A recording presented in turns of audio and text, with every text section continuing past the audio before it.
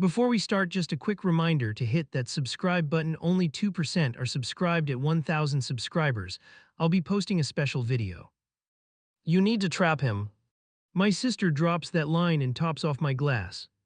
Her nails tap the bottle like this is casual girl talk. My stomach jolts because the pregnancy test is still in my bag. I am Ava, 29, and I actually laugh first. It comes out sharp wrong, a sound I barely recognize. Mia arches one eyebrow like she is watching a slow student. In hindsight, I can see it clearly. This was a warning shot. I'm serious. She nudges the glass closer, her bracelets clink against the table. You want to keep Nate, you need leverage. The word leverage makes my throat dry, like she is planning a lawsuit. I don't want leverage. I keep my hands on my lap, fingers tight around my phone. I want him to stay because he wants me.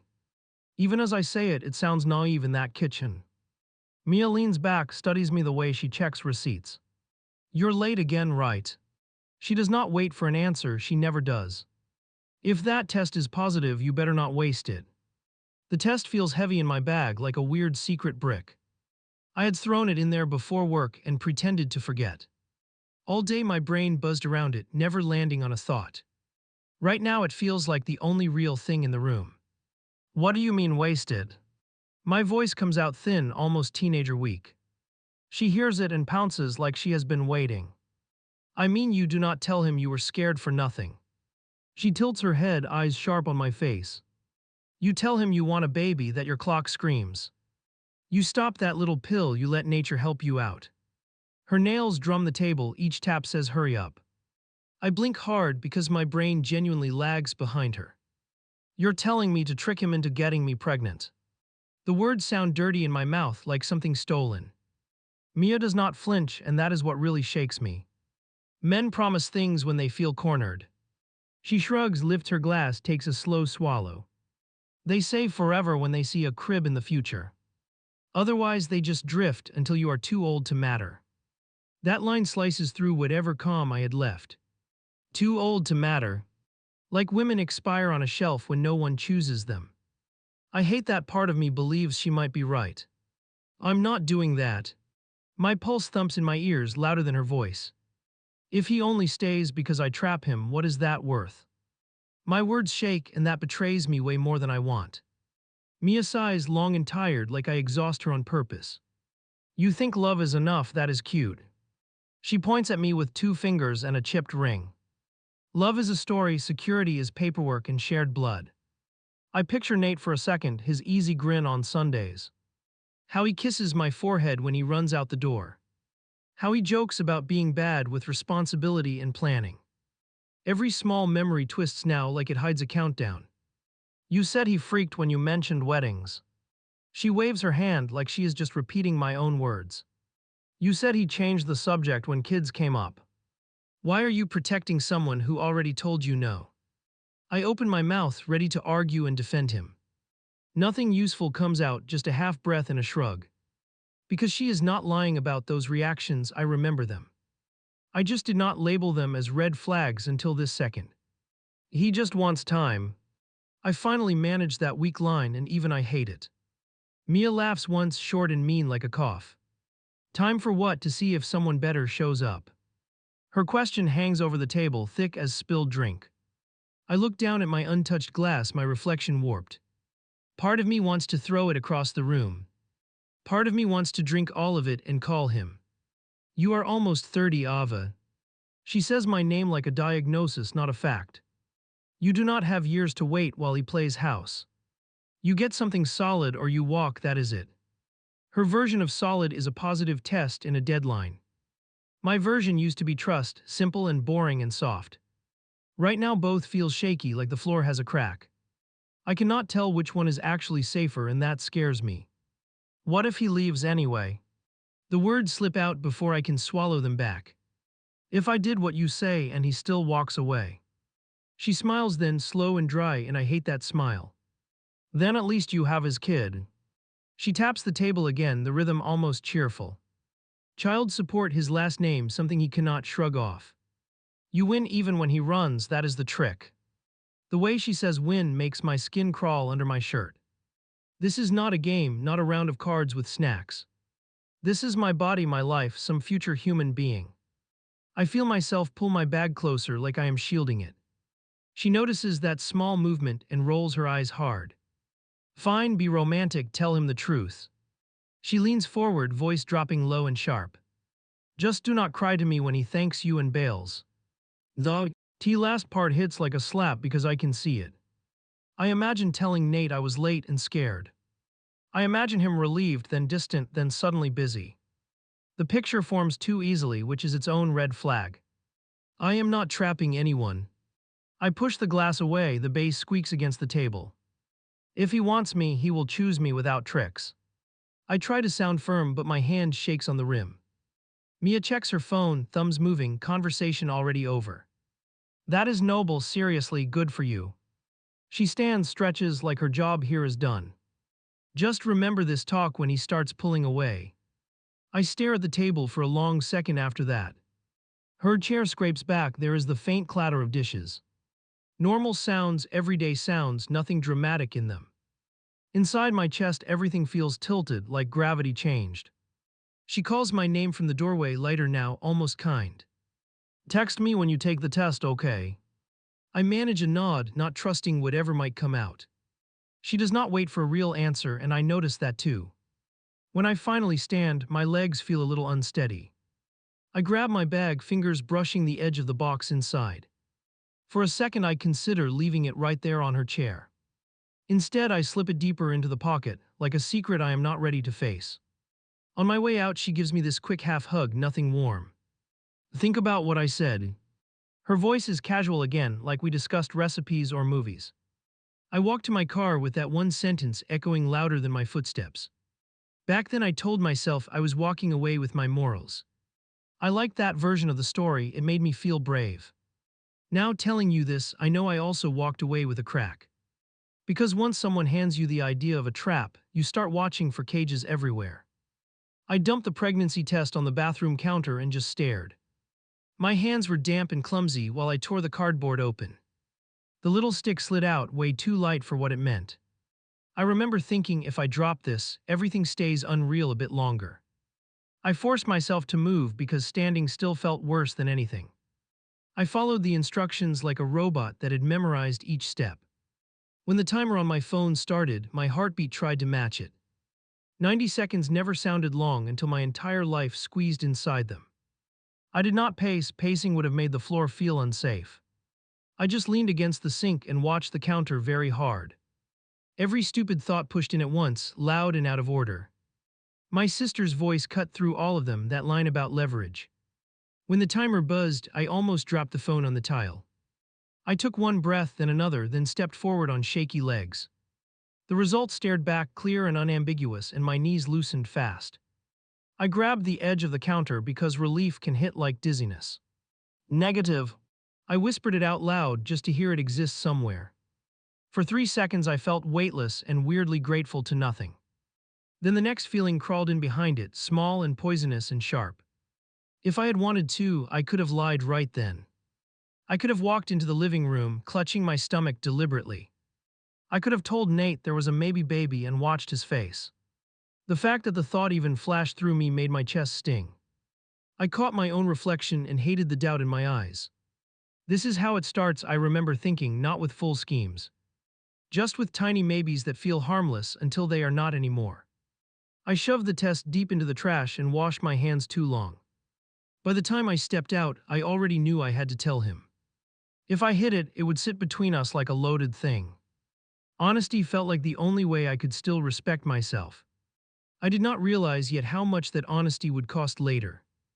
I texted him, fingers tapping faster than my brain could fully keep up.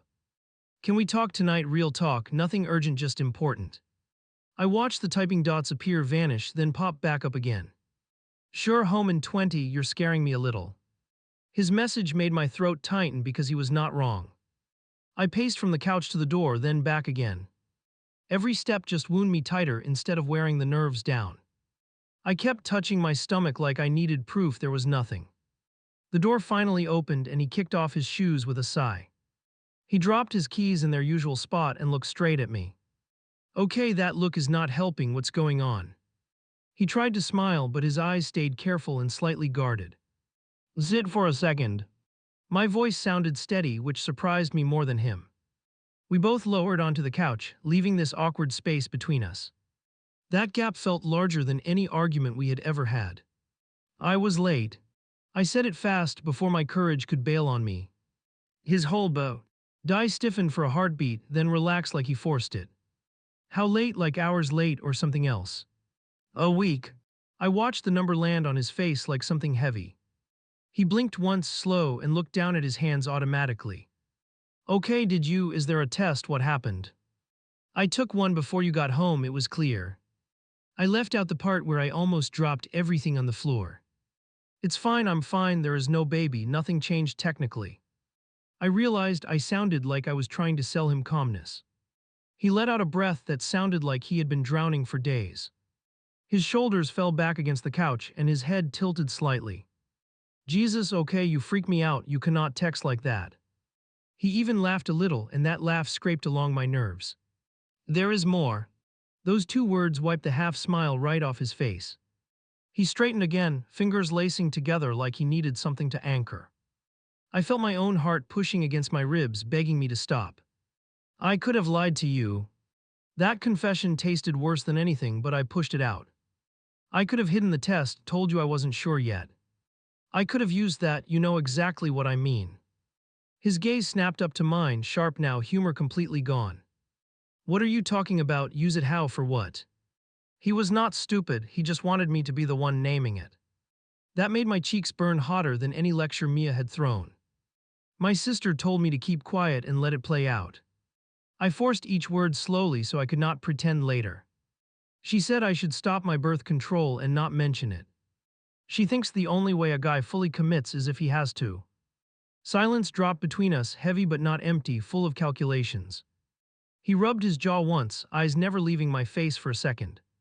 So you almost did that, or you just thought about it because she did? The question came out low and flat, more dangerous than shouting. I didn't do it. That part mattered to me more than anything at that moment. I kept taking everything I told you. Now I threw the test away. I'm telling you because I don't want secrets about this kind of thing. He leaned back and exhaled slowly, like dragging air through mud. Okay, I appreciate you telling me, I really do, it's a lot. He raked a hand through his hair, that nervous habit he hates noticing. I'm not ready for kids, not even close, and you know that. The sentence landed exactly where Mia's words had hit earlier. There it was again, that gap between us that nobody wanted to label. I know you're not, I'm not either, not really, not now. But this scared me because I realized how much power I had quietly. He frowned, and yeah, I understood why power was a messed up word. This is not supposed to be about power, it's supposed to be partnership. If you ever tricked me like that, I would never get over it. His voice cracked a little on never, and that shook me harder than anger. I won't. My answer came out fast, maybe too fast, like I needed him believing. I'm telling you now so you know the line exists for me. So you know I chose not to cross it even when I could have. He stared at the wall for a second, jaw tight, fingers still linked. Has she done that, your sister? Is that a normal thing for her? He glanced back at me, studying my face like the truth lived there. That mindset scares me more than this late period, honestly. I don't want a relationship built on tricks either. I shifted closer, closing some of that space without touching him yet. I want you here because you want to be, not because a crib forces it. As soon as crib left my mouth, I saw him flinch despite himself. He let his head fall back again and stared at the ceiling. I like our life right now, I like you, I like us. I also like breathing without feeling a countdown over my shoulder constantly. If kids become a condition, I will panic, I know myself too well. The word condition dug under my skin in a way I did not expect. Because that is exactly how Mia had framed it earlier, some brutal requirement. You don't see me as a countdown, do you? Please just answer straight. My voice thinned again on the last words, and that embarrassed me immediately. He turned his head toward me, expression softer but still unsettled. I see you as my girlfriend, not a clock, that's honest right now. But I also don't have a timeline in my head for marriage and babies. If that's something you need soon, we have to be honest about that. There it was, the quiet threat tucked inside rational language. If you want more soon, I might not be that person. He did not say it exactly, but my brain filled the gap easily. I felt my fingernails dig into my palm, little crescents of frustration. I don't need it tomorrow, I'm not secretly plotting a nursery. I forced a small smile that did not fully land any. Where? I just need to know you're not planning to drift forever either. Tell me you see some kind of future, even if it's blurry. He looked at me for a long stretch, like weighing invisible numbers. I see us moving forward, I just don't know how fast feels real. If you can live with that, we're good, if not, we have a problem. The way he said problem made something cold settle near my ribs. I nodded because I did not know what else to do then. This was the part where you either accept vague hope or walk away. I was not ready to leave over a conversation that still felt theoretical. So I swallowed the unease and called it patience, which sounds nicer than fear. He reached over finally and laced his fingers with mine on the cushion. I'm glad you trusted me with this, please don't keep stuff like that hidden. I'd rather be scared together than oblivious while someone schemes around me. His grip was warm, but my mind kept drifting back to the word schemes. From the outside, that night looked like a win for honesty and communication. We talked, nobody screamed, nobody stormed out or slammed any doors dramatically. Inside my head, a new crack had formed, thin and almost invisible. I started wondering how long someone could balance between comfort and commitment before something snapped. His text popped up just as I pulled the pan off the stove. Running late, big push tonight, don't wait up. 3 short lines that used to be rare now felt routine. I stood there with a serving spoon in my hand and this dumb tight feeling under my ribs. I typed all good, be safe, food's here if you're hungry later.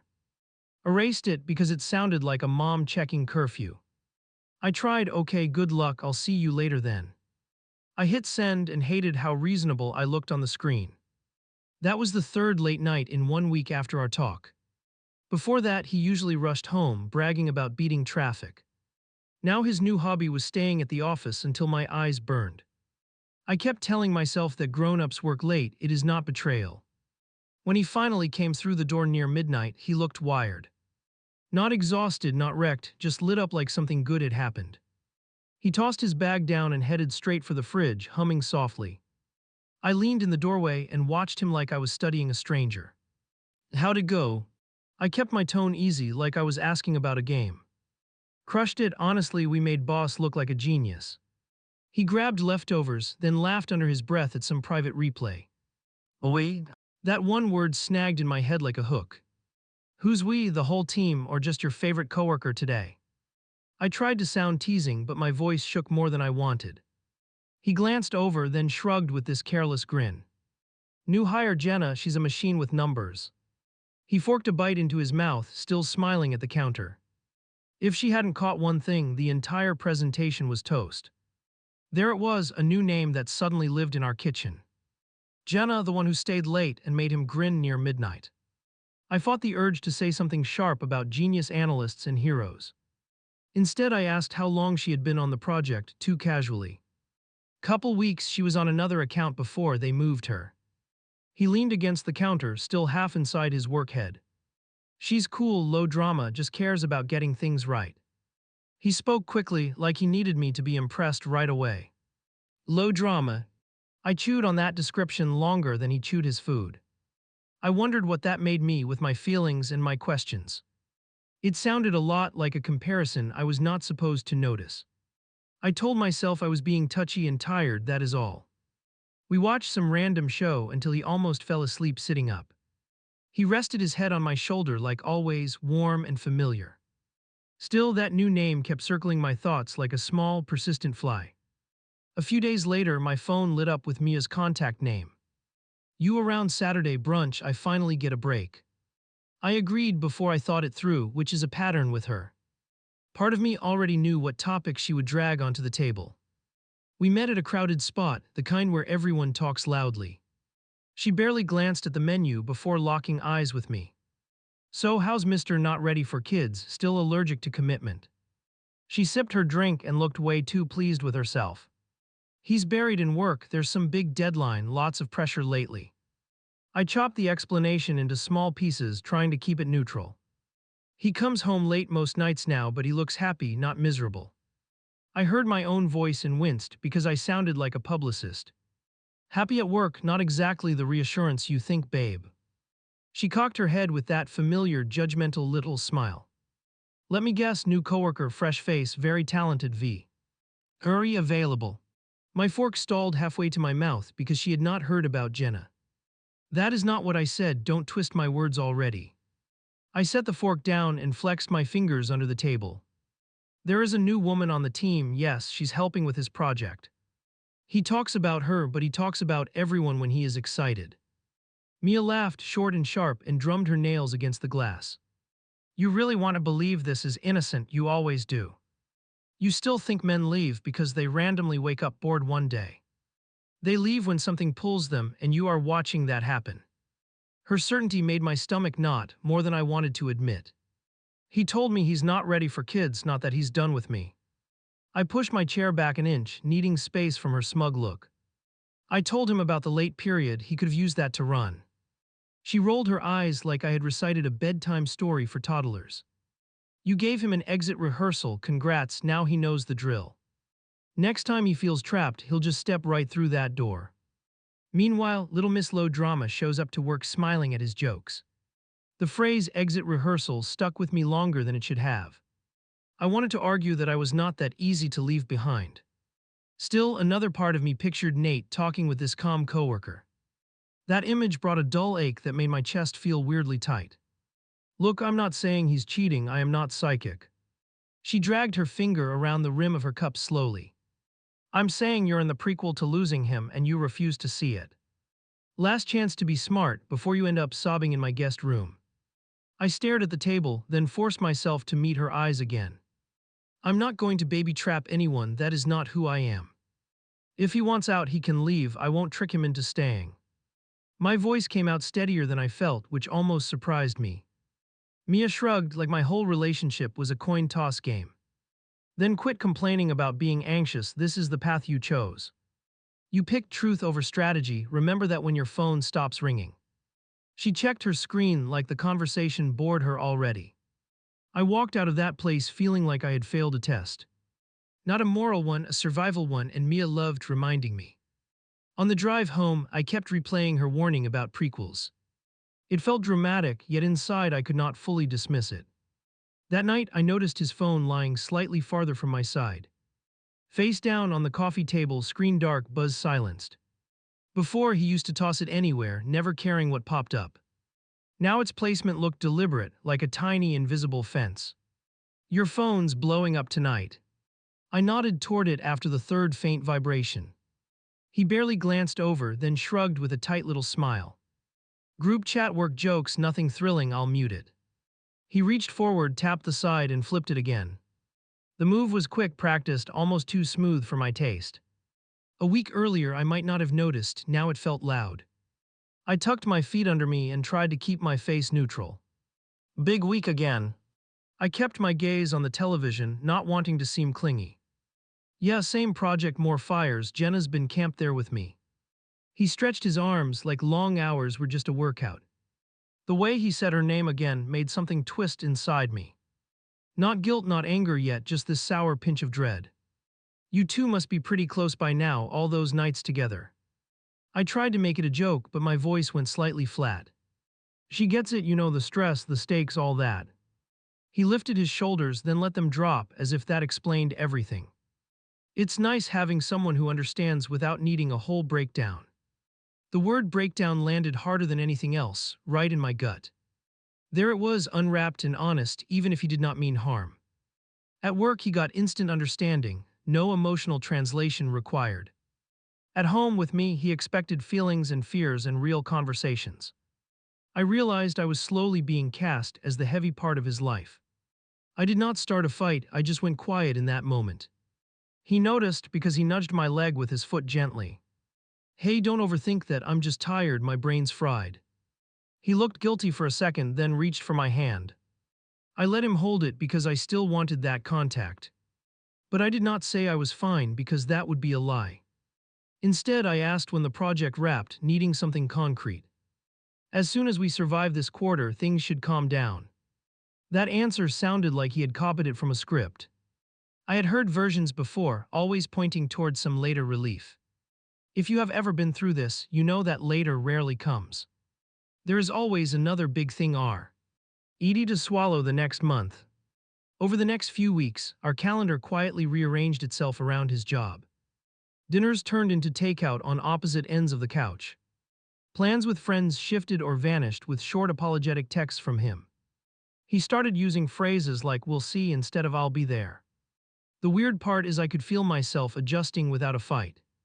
I picked up more chores, more errands, more emotional heavy lifting. I told myself this was just a season, a rough stretch, a test. Underneath, a small voice kept whispering that I had heard this story before. He began dropping Jenna's name more often, always in practical ways. "She caught another mistake today, saved us hours, I owe her coffee. She keeps backup files for everything, insanely organized, puts me to shame." Each comment came with this light, admiring tone that scraped my nerves. I tried to keep score in my head and immediately hated myself for it. How many compliments did he hand her compared to me this week? How many inside jokes lived in that office that I would never hear? It felt petty and desperate, but once you start counting, it is hard to stop. One evening I planned a simple date night, nothing complicated or expensive. He had agreed 2 days before, promising to be home by 7. 7 came and went, then 8, then 8:30, and my chest tightened. At 9, my phone finally lit up with his name and a quick apology. "Client call ran over, ordering pizza here, 2 slammed to drive now." I stared at the message and read it 3 times. 2 slammed to drive home to the person you live with. Not 2 slammed to hang around the office eating with coworkers. I called instead of texting because I needed to hear his voice. When he answered, there was buzzing noise in the background. Laughter, clinking, the kind of sound that does not match urgent work. I closed my eyes for a second and pictured exactly where he was. "Sounds intense over there." I layered in a light tone, almost playful, not quite. "Yeah, everyone's stress eating, we're still going through numbers." I heard a woman's voice nearby, then a muffled joke, then his quick laugh. "Is that Jenna?" The question left my mouth before I could soften it. There was a beat, then another, and then a casual answer. "Yeah, she's here, relax, we're just trying to meet the deadline." The relax part rubbed me raw more than anything else. Relax is rarely used on someone who actually gets to relax. It's thrown at the person making valid points you want to ignore. My jaw clenched, and I knew he would hear it if I spoke. "Okay, fine, good luck with your numbers and your pizza." I kept it short because staying longer would only expose the hurt. "Don't drive home exhausted, crash at a coworker's if it gets too late." The words came out cold, and I let them stay that way. We hung up, and I stood in the quiet, pulse pounding. Every part of me wanted to call Mia and admit she might be right. I did not, because I knew exactly what she would do with that. Instead, I texted a friend something harmless and pretended I was okay. Looking back, that was when the 6-month countdown really started ticking. Not when Mia gave me that awful advice, not with the test. It started the night I heard his laugh over someone else's joke. The sound told me he had already found a world that did not include me. The shower starts, his jacket hits the chair, his phone vibrates. One quick buzz, then another, then it keeps pulsing in short bursts. He always tosses it there now, face up when it's just us. Today it's face down, and that tiny detail shoves my heartbeat higher. I tell myself to ignore it, that I am not this person. The sound keeps drilling into the quiet, steady and stubborn and smug. On the 5th buzz, I cross the room before I can stop. My fingers hover, then I tap the side and the screen wakes up. I don't unlock it, I swear, I only glance at the banner. Her name fills the top line, casual and bright and familiar. "Still thinking about that joke, your trouble, haha." My chest tightens so fast I actually sway for a second. I step back like the phone burned me, which is ridiculous. It vibrates again almost immediately, like it can sense my panic. Another preview flashes, part of a message I really should not see. "Next round's on me Friday, fair is fair." I press the power button and kill the display with one tap. Then I shove the jacket deeper onto the chair like I buried evidence. My hands shake more than I want to admit, even to myself. I stand there listening to the water and feel my trust rearrange itself. You know that cold slide in your stomach when dots connect? Not proof, not yet, just little hints lining up in a row. Late nights, flipped phone, inside jokes I never hear, now this. My brain whispers that I am paranoid, my gut tells me I'm late. The shower stops, I sprint to the kitchen like it's a crime scene. I grab a glass I do not actually want and fill it. By the time he walks in, towel around his waist, I am rehearsed. I look busy and normal and not like someone who read his notifications. Smells good, what are we eating? He reaches for me, damp hair dripping, easy grin in place. I let him kiss my cheek, then tilt my head slightly away. Your phone's on fire in there, someone's very eager tonight. He pauses, just half a heartbeat, then shrugs and heads for the chair. Probably the team, we're doing numbers for Friday happy hour. He scoops the phone up, thumbs moving over the screen quickly. His jaw ticks once, then he sets it face down again. You sure it's just the team? I lean in the doorway, trying to sound casual and failing. I saw a preview, someone thinks you're trouble, offers to buy drinks. I watch his shoulders climb toward his ears before he forces them down. Oh, that's Jenna, she jokes like that with everyone. He keeps his gaze on the counter, not on me. We all said dumb stuff after that client meeting meltdown. He laughs once short and it doesn't quite reach his eyes. Everyone gets flirty notifications during showers now. The words slip out sharper than I planned, like a small blade. He finally turns, leaning on the counter like he needs the support. You're blowing it up, it's harmless, that's just her sense of humor. I cross my arms, partly to hold myself together. So if I texted a coworker that I'm still thinking about them and promised drinks one-on-one on Friday, you'd feel relaxed. I tilt my head, waiting, and his nostrils flare for a second. If you had a guy friend from work, I'd trust you. He tosses the line out quickly like a shield. As long as you weren't hiding it, I wouldn't freak out. He says it like that settles everything, and it really doesn't. You didn't mention drinks with her earlier. I push because once you start, it's hard to stop. You mentioned the project, the pressure, the long hours. You skipped the part where she is volunteering to sponsor your bar tab. He rubs his forehead like I am a puzzle that gives him a headache. I didn't think it mattered, it's after work, a group thing.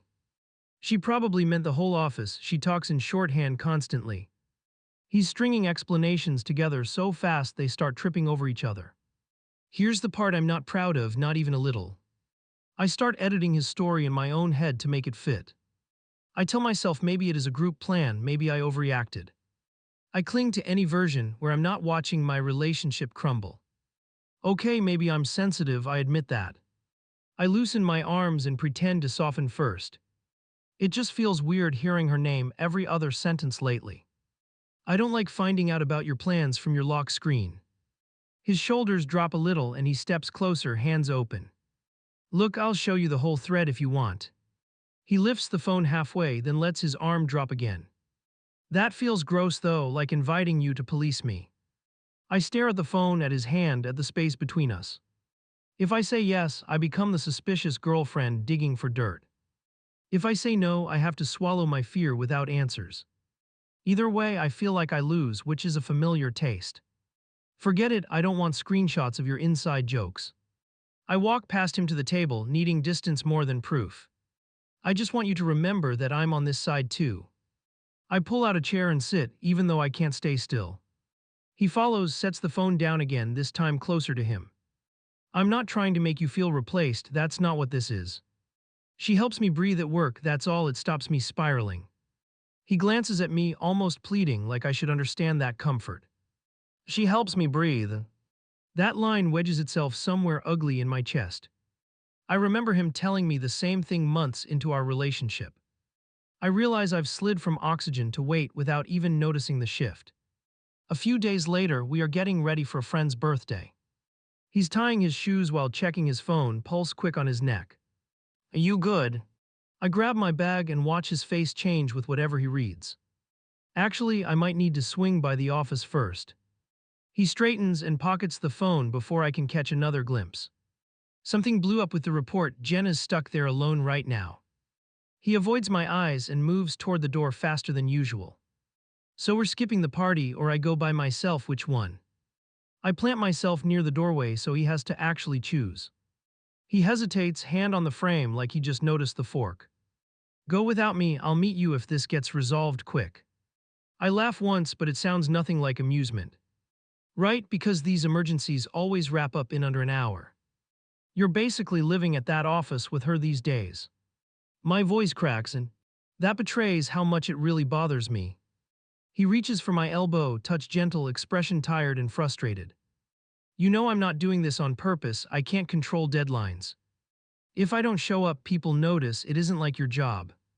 He lets that last sentence hang, realizing too late how condescending it sounds. There it is again, that subtle ranking of whose life matters more. His schedule is sacred, mine is flexible, mine can bend around his. I feel heat rise up my neck, anger mixing with embarrassed hurt. Right, because wanting you home sometimes is just a hobby for me. We stare at each other across the small space, both breathing faster. He drops his hand, shakes his head once, and grabs his keys. If I don't go now, I'll resent you the whole night. He throws it out bluntly, and honestly, that honesty stings worse than a lie. Then go, obviously, I don't want to ruin your fun. I step aside and wave him through like I'm done blocking. He pauses as if he might come back and hug me. Instead, he mutters something about calling later and shuts the door quickly. At the party, people ask where he is, and I improvise excuses. Work thing, big client, he's putting out fires again. Every time I say it, the words taste a little more sour. By the end of the night, I'm sick of hearing my own voice. On the ride home, my phone buzzes with a new message. How's the party? Anyone dance on tables yet? I check the timestamp and realize he texted from the office a while ago. I also realize he never followed through on I'll meet you there. I type back, heading home, you still alive over there? The answer comes quick, too quick for someone drowning in spreadsheets. Yeah, still here, grabbing late food with Jenna, she'd kill me otherwise. My throat tightens and I stare at those words for a long minute. There it is in writing now, not just a vague office hangout. He isn't just stuck with her, he's choosing to stay and eat with her. After I just spent the evening alone at a party we planned together. I toss my bag on the passenger seat and grip the wheel too hard. When I get back to our place, the rooms feel weirdly unfamiliar. His shoes are still by the door, his jacket still on the chair. The TV remote sits where we last argued, like it caught everything. I sink onto the couch and stare at his spot until my eyes sting. I cave and call Mia, even though I know I shouldn't. She answers on the second ring, voice already laced with "I told you." What did he do now? You sound wrecked. I bite my lip, torn between venting and protecting what's left. He's basically dating his job, that's all, I'm just tired. I leave Jenna's name out, like that will keep the damage smaller. He bailed on another plan, stayed late, went to eat with someone. I hear her inhale sharp, like she smells fresh drama through the speaker. This is the part where smart women secure their future. She stretches the words, giving them extra weight on purpose. You had your chance months ago and you blew it. If he slips through your fingers now, don't act surprised. I close my eyes and feel my teeth grind together. Please don't start on the baby plan again, I can't handle that. I came to you because I needed a sister, not a strategist. My voice shakes with that last word and she goes quiet for once. Fine, no lecture, but I'm not blind. She changes tone, but the bite is still under the surface. He's pulling away and you're just watching like it's a movie. Soon he'll tell you should have locked this down when you could. That phrase burrows in ugly, pushing straight through to someplace raw. I hang up not long after, before she can elaborate more curses. I sit there alone, replaying the line in my head on a loop. Locked this down like I missed some critical deadline on my own life. Later that week, he finally gets home before 9 for once. He drops onto the couch, rubs his eyes, then grabs the controller. Good news, the major crunch is basically over, I might sleep again. He sounds pleased, relaxed, like everything is back on track. That include fewer private dinners with coworkers or just shorter hours. I keep my gaze on the screen, not on his reaction. He lets out a slow breath, the kind that means he feels attacked. Can we not do this every time I walk in the door? Every time you walk in, there's less of you actually here. The words come out before I can pretty them up. You're there with her all night, then here with your thumbs on autopilot. I tap his phone with one finger and he pulls it away quickly. That's not fair, she just understands the pressure I'm under lately. He sits forward, elbows on his knees, voice strained and defensive. We talk numbers, jokes, dumb memes, nothing dramatic, nothing scandalous. His eyes flick up to mine, daring me to say otherwise. In other words, she's easy, no big talks, no hard questions. That stings even as I say it because I hear myself in it. I'm the one who brings up kids and time and real things. And she gets to be the fun break from all that. He lets out a humorless laugh and shakes his head slowly. You're the one who brought kids into this, remember that. I told you I wasn't ready, you decided to push the conversation. If you wanted zero doubt, you should have locked this down last year. My ears ring so loudly I almost miss the rest. He keeps talking, ranting about pressure, expectations, everyone wanting something. But my brain freezes on that one cruel sentence he tossed out. If you wanted zero doubt, you should have locked this down last year. It's Mia's philosophy in his voice now, and that chills me. The same idea that disgusted me in her kitchen is boomeranging back. Only now it's used against me, like a weapon I refuse to hold. I realize in that moment I'm being punished for playing fair. I stand up slowly, the room tilting just a fraction in my vision. I'm not going to apologize for not trapping you, I won't. If you wanted me without conditions, you act like I matter now. My hands are shaking, but I'm finally less scared of him seeing that. He opens his mouth, then closes it like he's out of prepared answers. We stare at each other for a long stretch, neither backing down. The silence between us is thick, crowded with things we aren't saying. Somewhere under it, I feel the ground starting to split for real. My phone rings while I'm halfway through typing a breakup text draft. Mia's name flashes on the screen with no emoji, no joke, just her. I almost let it go to voicemail, then something in my gut says answer. I swipe on and her voice comes through tight and way too calm. Can you come over now? I need to talk face to face. No gossip tone, no fake concern, just that clipped, careful delivery. My grip tightens and the half-written message on my screen blurs. Is everything okay? Are you hurt? What happened? I'm fine, you just need to get here, please don't drag it out. She hangs up before I can push for even one detail. That alone tells me this is bad because she loves dramatic buildup. I stare at the wall a second, then grab my keys like they burned. The drive there feels both too short and endless at the same time. My mind runs through every possible disaster except the real one. Job loss, health scare, maybe she finally blew up her marriage. Not once do I land on the actual thing waiting in her living room. Her door is already cracked open when I reach for the handle. Come in, her voice calls, but it sounds smaller than usual. I push the door wider and step inside, then I just stop. Nate is on her couch and he does not look surprised to see me. For a second, my brain refuses to match those two images together. My boyfriend sitting in my sister's place like this is their routine. He sits forward, elbows on his knees, hands locked in front. Mia stands near the end table, arms folded, eyes too bright. Okay, what is this? My voice comes out hoarse, somewhere between angry and scared. Why are you both here? Why didn't anyone warn me? My heart starts pounding so hard it feels like I can hear it. Nate looks at Mia, then back at me, then back again. Nobody answers, which is an answer all by itself, honestly. My knees feel weak, but I make myself stay standing, petty, stubborn. If one of you doesn't start talking, I'm walking right back out. Mia exhales slowly, like she rehearsed this but still hates the script. Sit down, please, this is going to hit hard and you might fall. Her voice wobbles once, then steadies, and that scares me even more. I don't sit, I lean on the arm of a chair, ready to bolt. Nate clears his throat, stares at the carpet, then finally looks up. We screwed up, he says first, just those 3 words, then silence. The room tilts a little, but I stay locked in place, waiting. What do you mean, screwed up? Be specific or don't bother. He drags a hand over his face, avoiding my eyes again. It started small, we were both mad at the world, there was drinking. My skin goes hot and cold in one wave because I know the pattern. You hooked up with someone from work, I spit, is that it? Mia flinches just barely and Nate's jaw tightens until it shakes. It's not someone from work, he finally forces out, voice rough. He glances left toward my sister, then back at me and stops. The room suddenly feels too quiet, like all the noise left on purpose. I turn to Mia slowly, like my body is moving through thick syrup.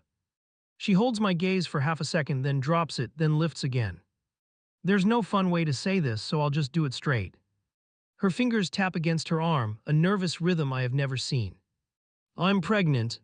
The words hit my ears like static, weird and distorted and distant. For a heartbeat, I actually think she left out the important part. I stare at her stomach automatically, then hate myself for doing it. Okay, I manage, breath shallow, headlight, and why is he here? My voice cracks on here like that one word weighs 100 pounds. My eyes jump between them, searching for some other explanation. There isn't one, and I feel it before anyone confirms it. Mia's mouth trembles, then firms up like she remembers her script again. It's his, she says, and for a second I swear the floor gives. Nate squeezes his hands together so tight his knuckles blanch. He does not deny it, he does not even try. Everything in my chest collapses inward with that confirmation. I stare at him, waiting for him to say this is wrong. To say she's lying, confused, mixing names, anything at all. He just looks sick and guilty and weirdly resigned. When, I ask, because that is the only word I can reach. It comes out almost calm, which feels insane given the earthquake. Mia answers first, voice too quick like she prepared this date. About 2 months ago, maybe a little more, we checked the timing. 2 months lines up exactly with the worst of our arguments. With his late nights, his extra showers, his sudden temper and distance. I actually laugh once, a short, ugly sound that startles all three of us. So while I was begging you to just come home, you were here. Nate finally stands like he can't stay down for this part. I was drunk, we were both pissed off, it wasn't planned. He raises his hands, releasing one desperate excuse after another. Things between us were falling apart, I didn't know how to fix it. Cool, so you slept with my sister instead of learning basic communication. My voice climbs higher than I intend, carrying that raw edge. You didn't trip and land in her, that is not how that works. The room feels too hot, my skin too tight, my breath's too shallow. Mia steps closer, palms out like she's soothing a wild animal. Before you shred me, I need you to hear this part. She looks shaky now, which almost throws me off. I didn't trap you, I swear, I didn't plan to stab you. I bark out another harsh laugh because the word choice is insane. You told me to baby someone into staying, remember that. You looked me in the face and coached me on manipulation. Now you want credit because you didn't exactly duplicate the script. I was lonely too, she blurts, cheeks flushing, eyes bright with tears. You kept choosing him over everyone, I barely saw you anymore. We got drunk, we vented about you, about everything, and it just happened. The way she says just happened almost makes me cross the room. I step toward her once, then force my feet to stop halfway. So while I was defending you to him, you were comparing notes. Trading complaints about me, then climbing into bed together. My voice shakes, but I do not soften anything for their comfort. Nate runs a hand through his hair, pacing 2 steps, then stopping. I'm not proud of it, I hate myself for what we did.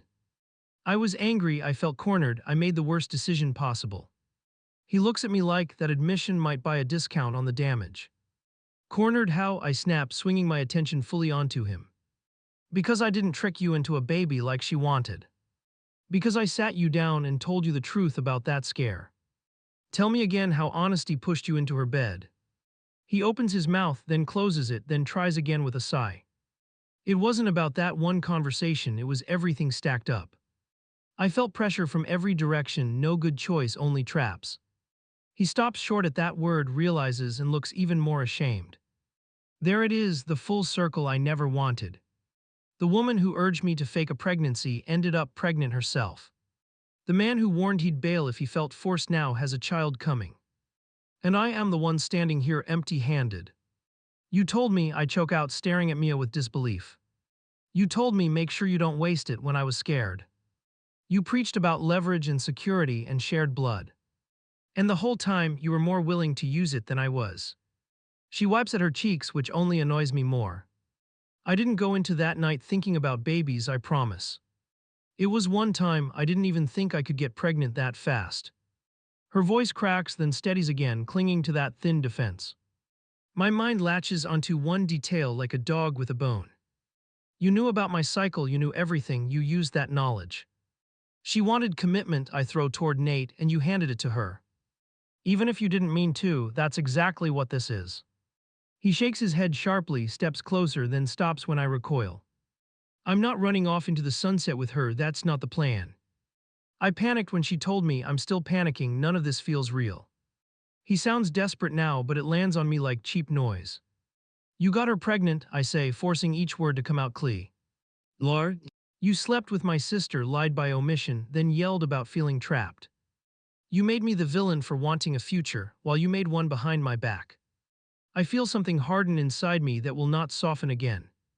Mia moves toward me like physical distance is the main issue. I didn't tell you right away because I knew you would react like this.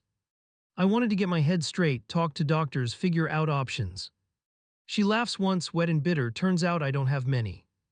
I don't want to hear about your options, I snap, voice going hoarse. You two turned my life into collateral damage without asking. Whatever choices you make now, I'm not the helper in that storyline. I take a step back toward the door, everything narrowing down to escape. Nate lifts his hand like he might reach for me, then lets it fall. Please don't make any big decisions today, you're in shock. We can talk, we can try to untangle this, I don't want to lose you. He takes one cautious step toward me, like approaching a wild animal. My chest actually hurts at the word lose. You lost me when you decided my sister was a solution to your stress. You lost me when you heard her advice and still climbed into bed. You just didn't bother to tell me the relationship ended. Silence slams down again, heavier than any earlier pause.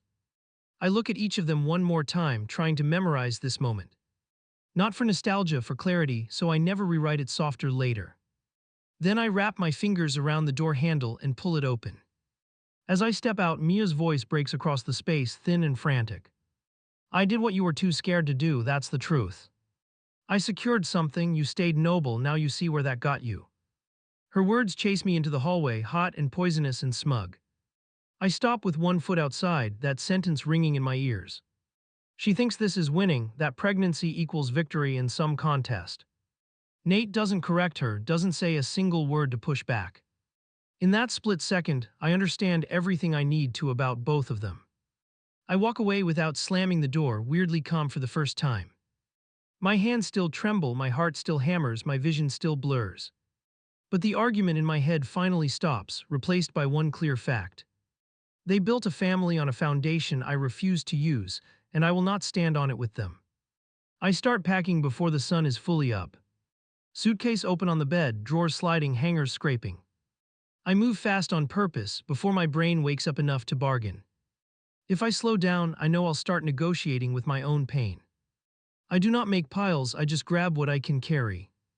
Jeans, shirts, underwear, basic stuff, nothing that feels like a shared life. I leave framed pictures face down on the dresser without looking. Every photograph feels like a dare and I'm out of courage. Nate's still asleep on the couch when I walk through the living room. He passed out there after calling my name until his voice cracked. He stirs when the zipper drags against the floor, eyes opening slow. The moment he sees the suitcase, he goes fully awake. What are you doing? He pushes himself upright, hair messy, face pale and tight. His voice lands somewhere between pleading and annoyed, which almost makes me laugh. I'm leaving before I talk myself into forgiving the unforgivable. He stands, moves toward me, then stops at the edge of the rug. Can we please talk when we're not in shock? His hands lift like he wants to touch my shoulders and doesn't dare. You don't have to rush out, we can figure something out. There is nothing to figure out. I keep my grip firm on the suitcase handle, knuckles stiff. You slept with my sister and she's carrying your child.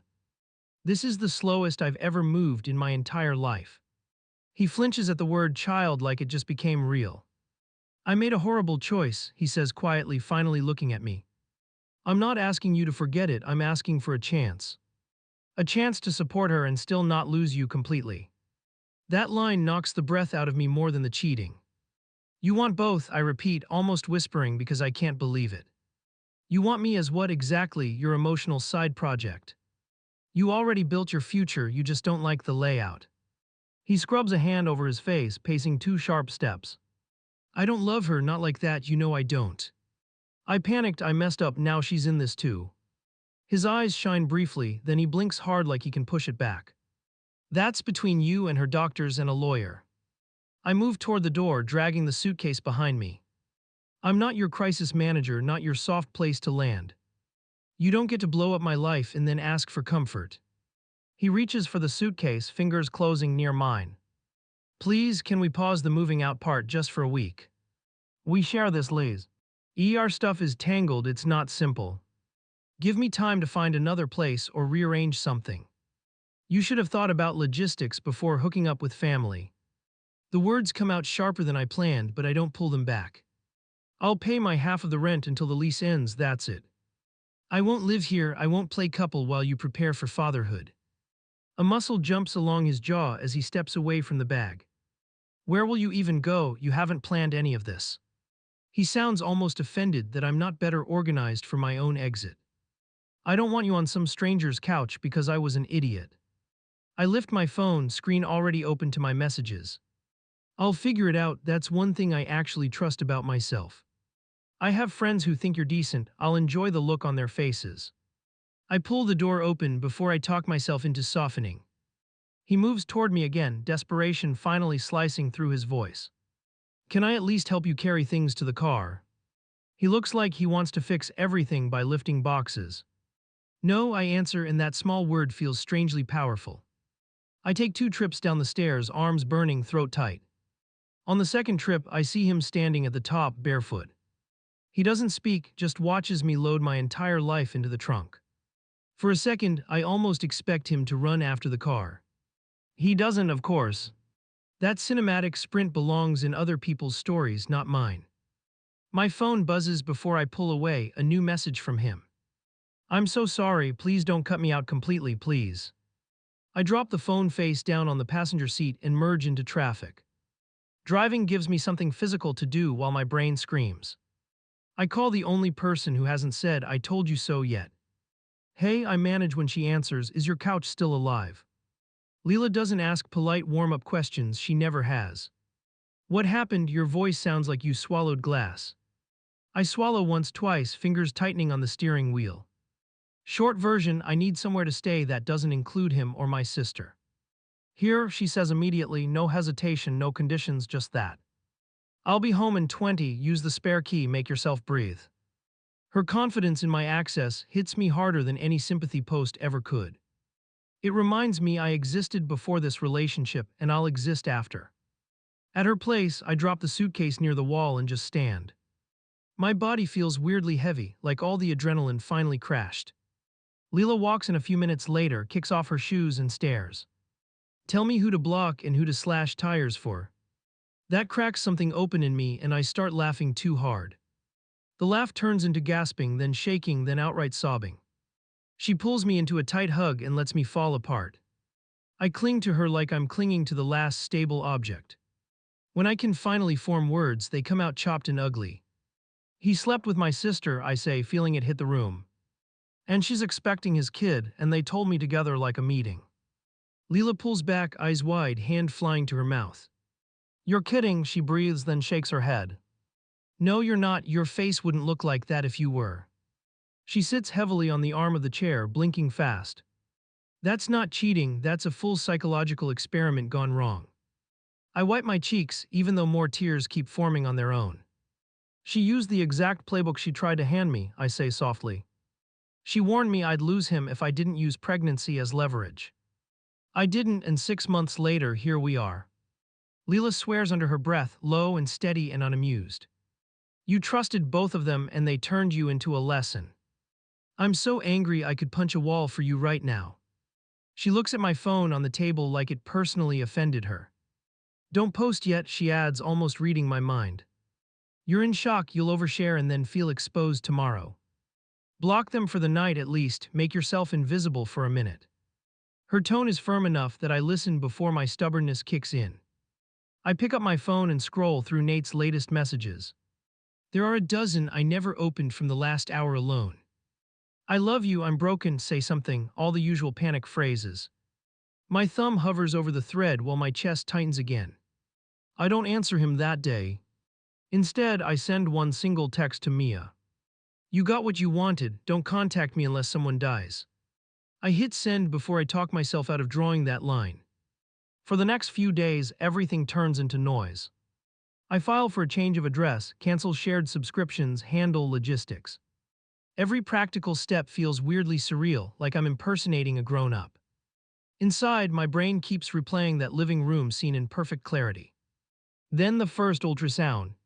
D-photo hits social media. I'm lying on Leela's couch, scrolling without really seeing anything.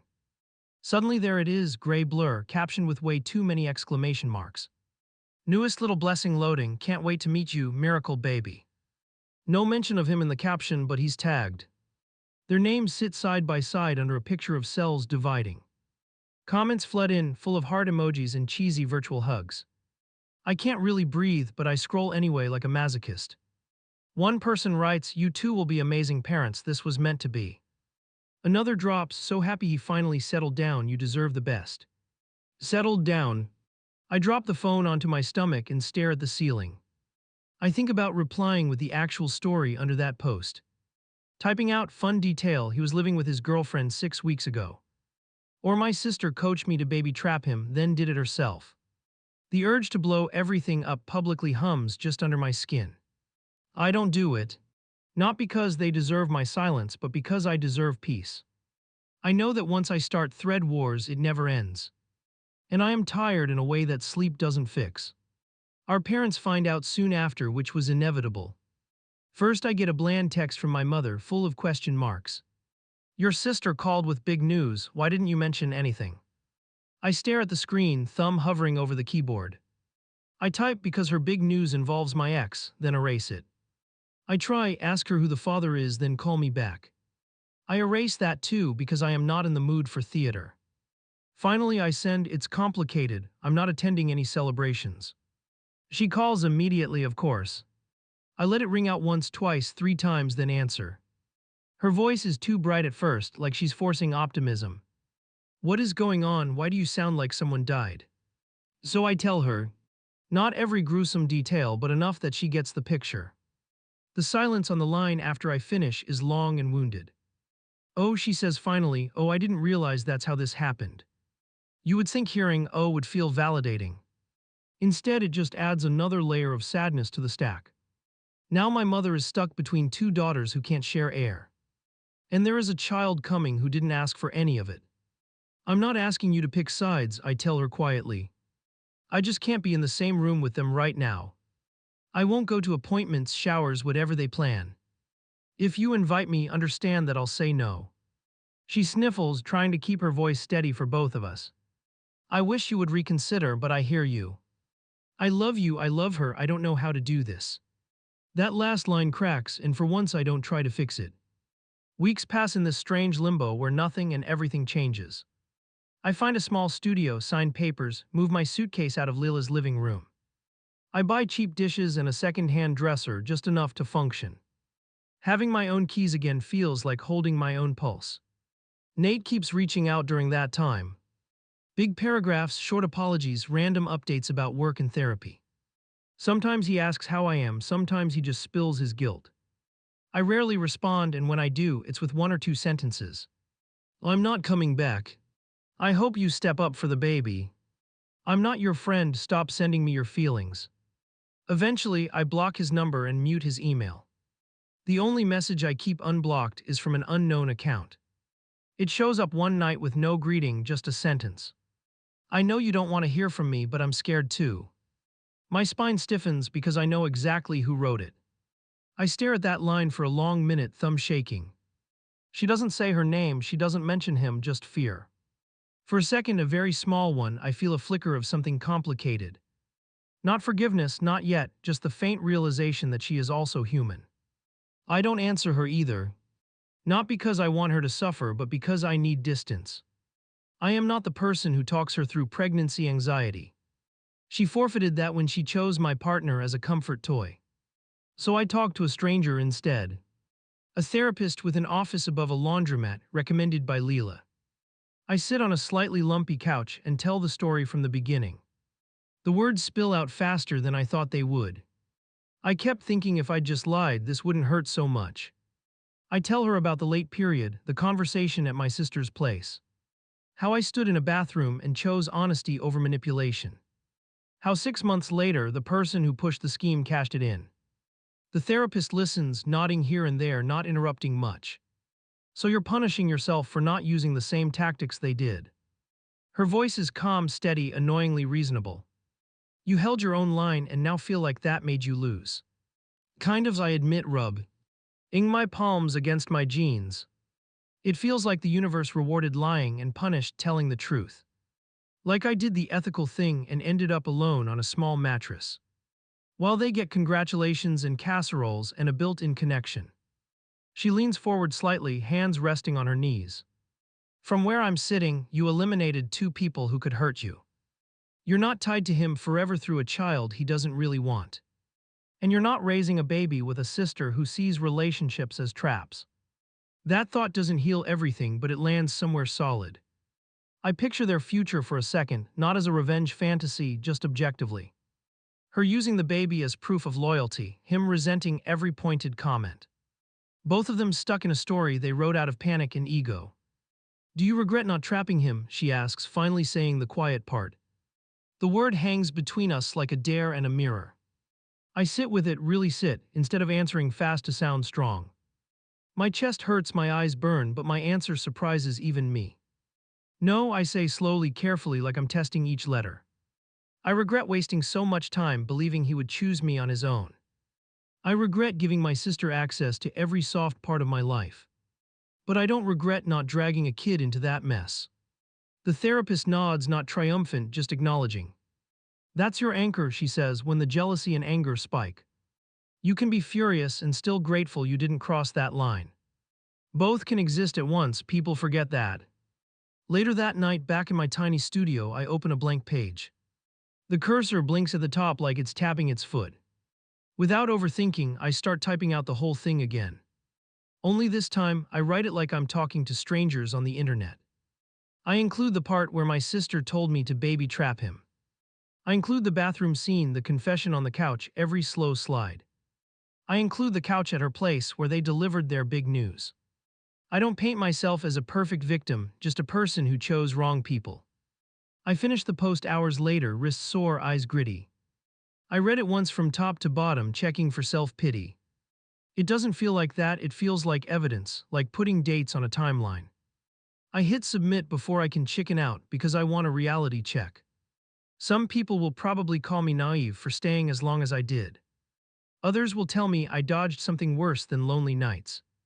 A few might defend them because the internet loves playing devil's advocate. That's fine, I didn't post to win a case, I posted so I stop rewriting it. Here's the thing I understand now, writing this with some distance. Keeping someone through deceit doesn't actually keep them, it cages both of you. If I had followed my sister's plan, I'd be the one holding a baby with him. And he'd probably still be staring at someone else over a pizza box. So no, I didn't secure a partner, a joint account, a shared crib. I ended up with a studio apartment, a borrowed couch, and a therapy bill. But I also ended up with a life that is mine, not negotiated through blackmail.